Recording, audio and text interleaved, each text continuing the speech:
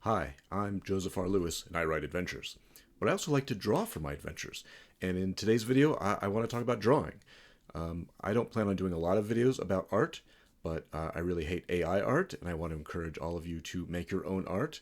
And one of the easiest and cheapest and I think best ways to do that is just by drawing.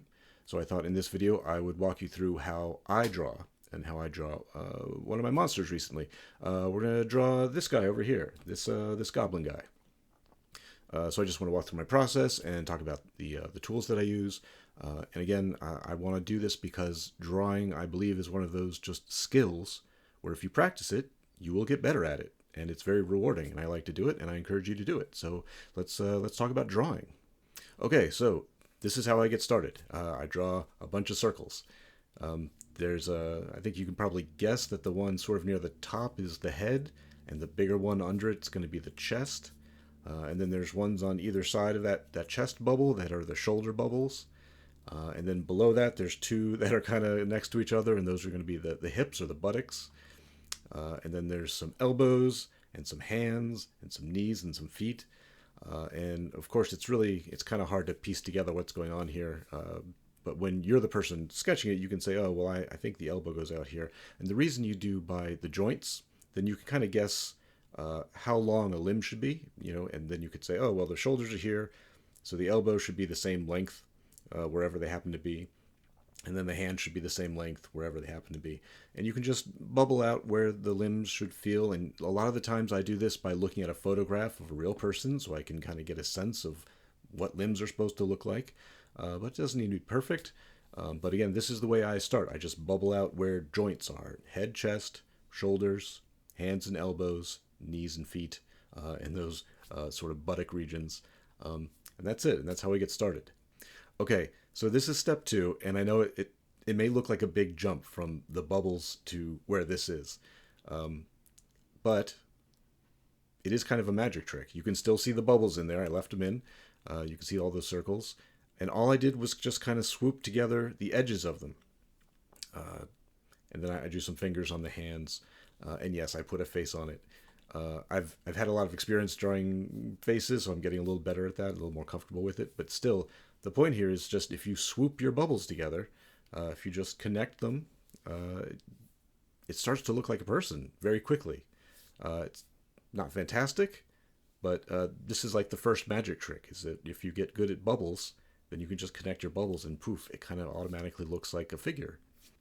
So here's the next step, and all I did was take out one of my pens. I have a Micron 01 that I like very much for outlines, and I just outlined the figure. You can still see the pencil marks more or less, but that just nails down where the outline is.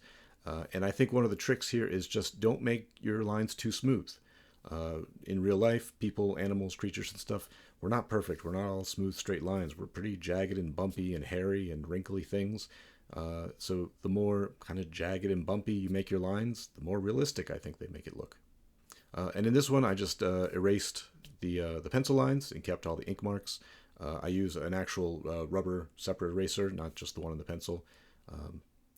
I think that does a better job. And then just brushed it away. You can already see I've started making mistakes. This guy has way too many fingers on that hand holding the dagger.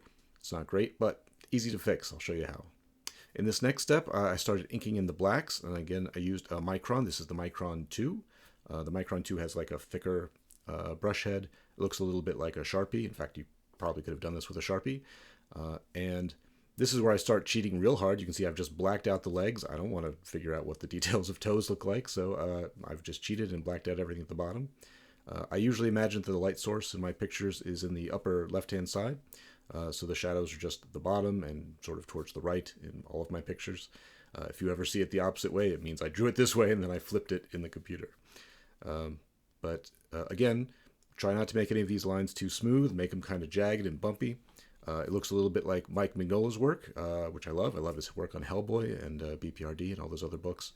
But I think it's very effective. It makes it look real. It makes it look rounded and full-figured pretty quickly. And again, there's no detail work. It's just chunking in black areas and don't make any straight lines. It tends to work out pretty well. In this one, I took back the Micron 01 and I started hatching. So for the arm that's in the background, I just hatched the whole thing in. It only took a minute.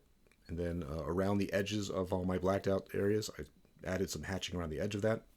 And that just means we have gradations. We have white and black in the hatched area, which makes it sort of gray.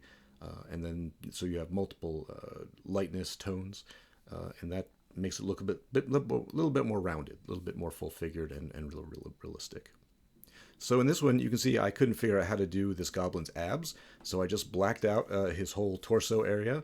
It's a nice little cheat. You can see the blacked out area also sort of enveloped part of his hand, so you can't tell that he used to have too many fingers. It's a great way to get out of trouble, just to black it all out. And I also started adding some little details, just some lines, again with the Micron 01, and just went wick and wick around the edge, guessing at where musculature could be. I'm not an expert in anatomy, and this doesn't look perfect to me, but it looks good enough and okay. And you can see I started adding just little clusters of dots, just to give the skin a little bit of texture. Again, we're human beings, we're animals, we're bumpy, we're hairy, we're wrinkly, we're imperfect. So the more little imperfections and textures you add, I think the more realistic it becomes. And again, it's just dot, dot, dot, wherever you want to go. And I can already tell his neck looks kind of weird. That back shoulder looks kind of weird. Like, these are imperfections, but I don't particularly care. I think it looks pretty cool. I didn't want this goblin to look entirely naked or like I was hiding his bits in the darkness, so I've created the outline of a sort of loincloth hanging down. And again, all I did was take out that Micron 2 and just bloop, bloop, bloop, paint out some black areas around his unmentionables and a little bit on the waist, so it looks like there's a strap or a belt or something. Very easy, no detail work, only took a few seconds. And in this one, you may not even be able to tell the difference. I just got out my Micron 01 again, and at the bottom of that loincloth, I just put a few more strings hanging down. Again, just took a couple seconds to wick, wick, wick, make some little lines so it looks like threads. And that's it. We're at the finished product. I just put in a few more dots, a little more lines, a little more details, try to make the face a little wrinklier and craggier, but this only took me about an hour.